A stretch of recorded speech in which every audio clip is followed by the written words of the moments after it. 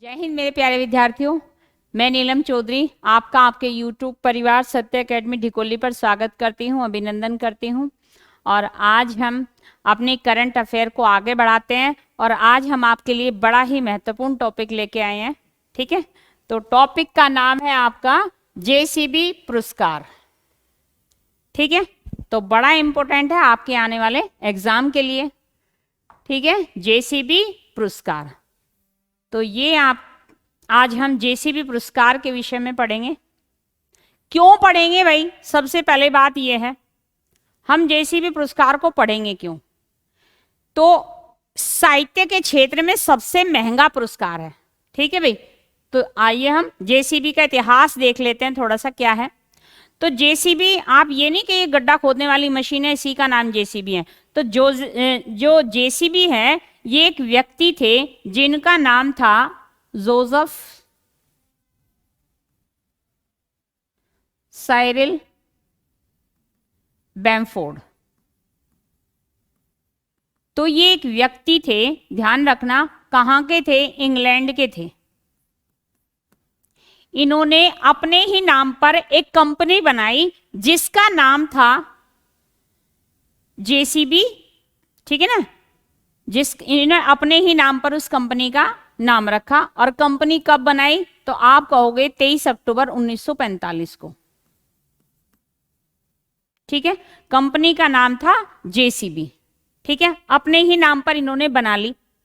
और भाई आगे जब हम पढ़ोगे तुम इसके विषय में, तुम्हें ये बात याद रखना है, फिर ये कंपनी भारत आ गई। और भारत कब आई? 1979 में ये भारत आ गई।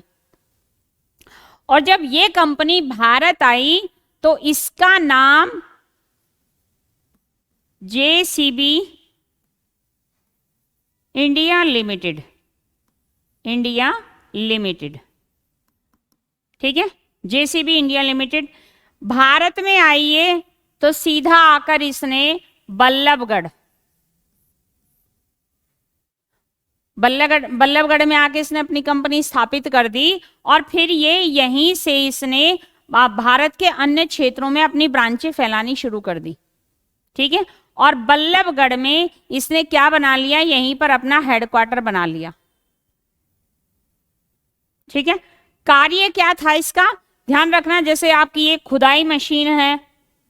ठीक है, आपकी एक खुदाई मशीन है जो इनको बनाना और कृषि के बहुत सारे उपकरण बनाती है और लगभग 100 से अधिक देशों में ये एक्सपोर्ट भी करती है। ठीक है, तो अब देखो, अब यहां आपको समझना क्या है। अब ये नहीं कहोगे कि भाई ये साहित्य पुरस्कार। अब देखो, ये भारत में ये नहीं कि इसी ने ये साहित्य पुरस्कार शुरू कर दिया, ये और भी बहुत काम करती है। ठीक है, ये जो JCB इंडिया लिमिटेड है ये देश में स्कूल भी चलाती है, ट्रस्ट भी चलाती है, कैंप भी लगवाती है। क्यों लगवाती है? ताकि देश के लोगों से इसका जुड़ाव हो सके। ठीक है, आपको ये याद रखना है।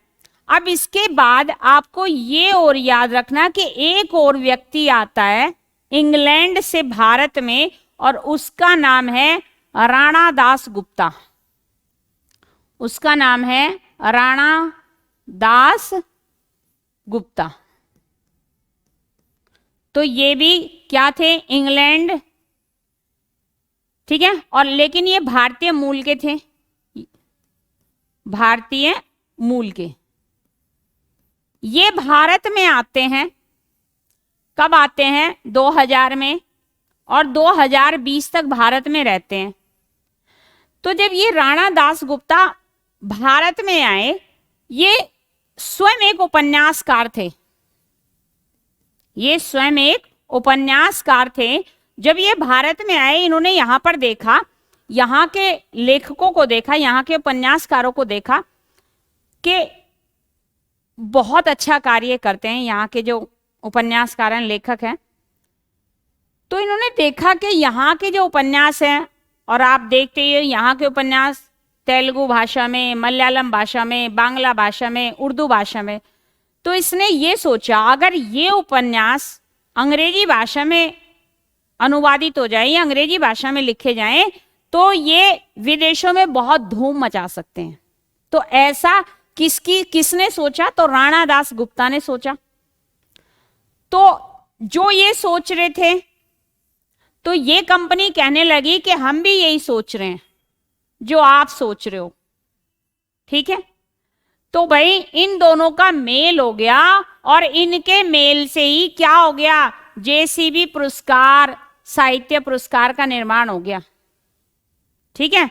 कि भाई अब जो भी मतलब अंग्रेजी में लिखेगा उपन्यास या किसी भी अन्य भाषा का अंग्रेजी में अनुवाद होगा उसे ये दिया जाएगा, ठीक है। तो आज हमारा टॉपिक यही होगा, जेसीबी पुरस्कार। तो आप इसके इतिहास के विषय में समझ गए होंगे, आशा करते हैं, ठीक है, और समझना भी होगा, ठीक है। तो तभी तो आपको समझ में आएगा जेसीबी पुरस्कार।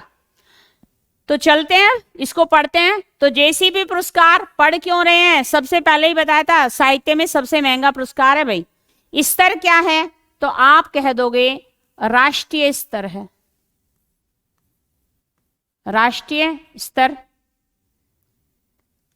और प्रदानकर्ता कौन है? तो आप आंसर दोगे जेसीबी फाउंडेशन। जेसीबी फाउंडेशन इसको प्रदान करता है। पैसे का भुगतान कौन करेगा? तो जेसीबी कंपनी करती है भाई, जेसीबी इंडिया लिमिटेड, ठीक है, पैसे का भुगतान करती है।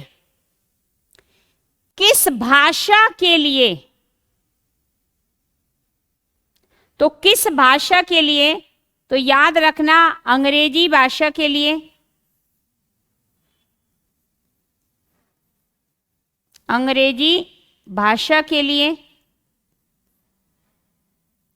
या किसी अन्य भाषा का अंग्रेजी में अनुवाद हो, अंग्रेजी भाषा में अनुवादित हो, ठीक है। और पुरस्कार राशि और विशेषता। तो पुरस्कार राशि जैसा कि हमने आते ही कहा कि 25 लाख रुपए, ठीक है। शुरुआत वर्ष इसकी तो बड़ी अहम है, 2018 से इसकी शुरुआत हो जाती है, ठीक है। और आपको हम कौन दिखा देते हैं? आपको हम दिखा देते हैं जोसेफ साइरिल बैम्फोर्ड, ठीक है, जो इंग्लैंड के निवासी थे और वहीं पर इन्होंने अपने नाम से कंपनी स्थापित की थी, ठीक है। और ये वे हैं राणा दास गुप्ता, जो भारतीय मूल के हैं और भारत आए और इन्होंने ऐसा सोचा, ठीक है। आगे चलते हैं भाई। तो जेसीबी पुरस्कार का पहला संस्करण याद रखना, जेसीबी पुरस्कार का पहला संस्करण 2018 में। प्राप्तकर्ता कौन है? तो आपको 2018 वाला बिल्कुल याद रखना है भाई, ठीक है, क्योंकि सबसे पहला पूछा जाता है, ठीक है। तो ये है आपके बेनियामिन,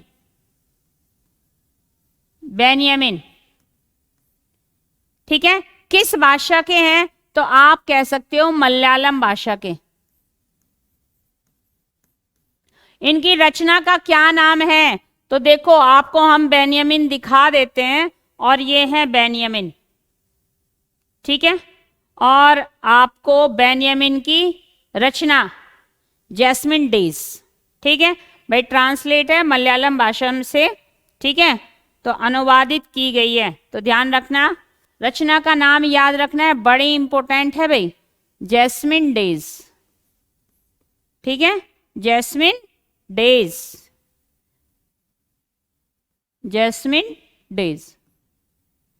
ठीक है, याद रखना है, बड़ी इंपॉर्टेंट है क्योंकि पहला पुरस्कार है जेसीबी। आगे चलते हैं, नेक्स्ट। जेसीबी पुरस्कार का दूसरा संस्करण, ठीक है, तो दूसरा संस्करण होता है आपका 2019 में, प्राप्तकर्ता कौन है 2019 में? तो आप कहोगे माधुरी विजय। माधुरी विजय प्राप्तकर्ता है, और ये अंग्रेजी भाषा में थी। और माधुरी विजय को देख लो भाई, ठीक है, ये है माधुरी विजय, और इनकी जो रचना है वो रचना का नाम भी है द फार फील्ड। ठीक है, अंग्रेजी भाषा में ही है, ये याद रखना। ठीक है, तो रचना का नाम होगा the far field.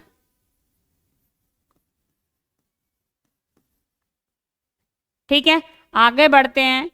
Next, JCB पुरस्कार तीसरा संस्करण। तो तीसरा संस्करण होता है आपका 2020 में। ठीक है, तो 2020 में प्राप्तकर्ता कौन रहे? तो आप कहोगे एस हरीश।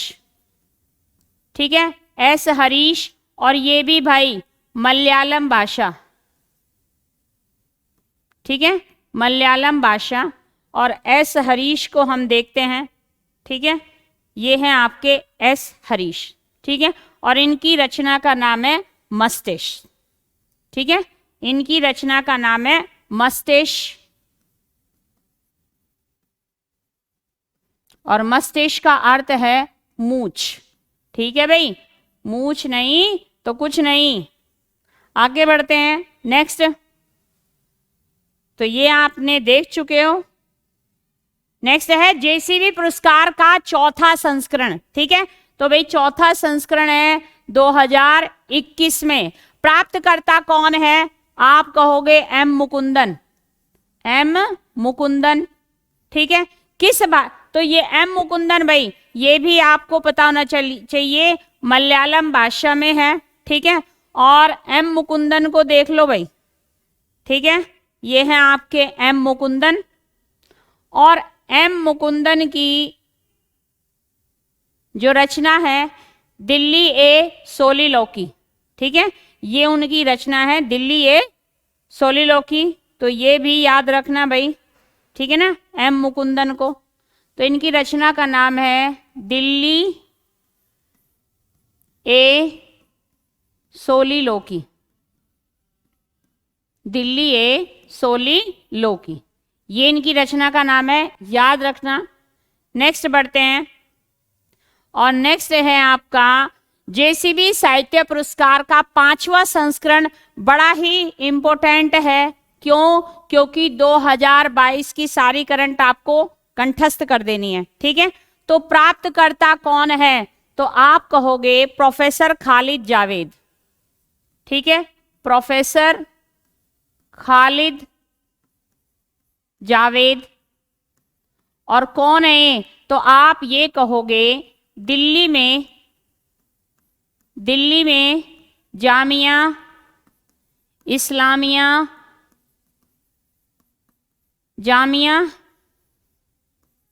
इस्माइलिया यूनिवर्सिटी के, ध्यान रखना, उर्दू के प्रोफेसर हैं ये। ठीक है ना, उर्दू के प्रोफेसर। तो आपको इतनी याद रखना है। ठीक है, अभी देखते हैं हम इनके विषय में। ये हैं आपके प्रोफेसर खालिद जावेद। ठीक है, और इनकी हम आपको रचना भी दिखा देते हैं, द पैराडाइज ऑफ फूड। ठीक है, द पैराडाइज ऑफ फूड। और हम आपको यहाँ ये भी दिखा देते हैं कि भाई ये इनको 2020 का जेसीबी साहित्य पुरस्कार से सम्मानित किया जा रहा है। ठीक है, सॉरी, 2022 का जेसीबी साहित्य पुरस्कार से सम्मानित किया जा रहा है खालिद जावेद साहब को। ठीक है, और ये इनकी पुस्तक भाई। ठीक है, तो याद रखना। तो रचना का नाम है द पैराडाइज ऑफ फूड। ठीक है, और उर्दू में इस जो उपन्यास का नाम है वो है नेमत खाना। नेमत खाना, इसको भी याद रखना। अन्य रचनाएं क्या है इसकी? तो अन्य रचनाएं लिख लो, आखिरी दावत। आखिरी दावत इनकी रचना है भाई, और एक और है मौत की किताब। ठीक है भाई, मौत की किताब पढ़ लेना, मौत की किताब, तो ये आपको याद रखनी है, ठीक है। तो इसी के साथ आपका जेसीबी साहित्य पुरस्कार 2022 का बिल्कुल याद रखना और 2018 का बिल्कुल याद करना है।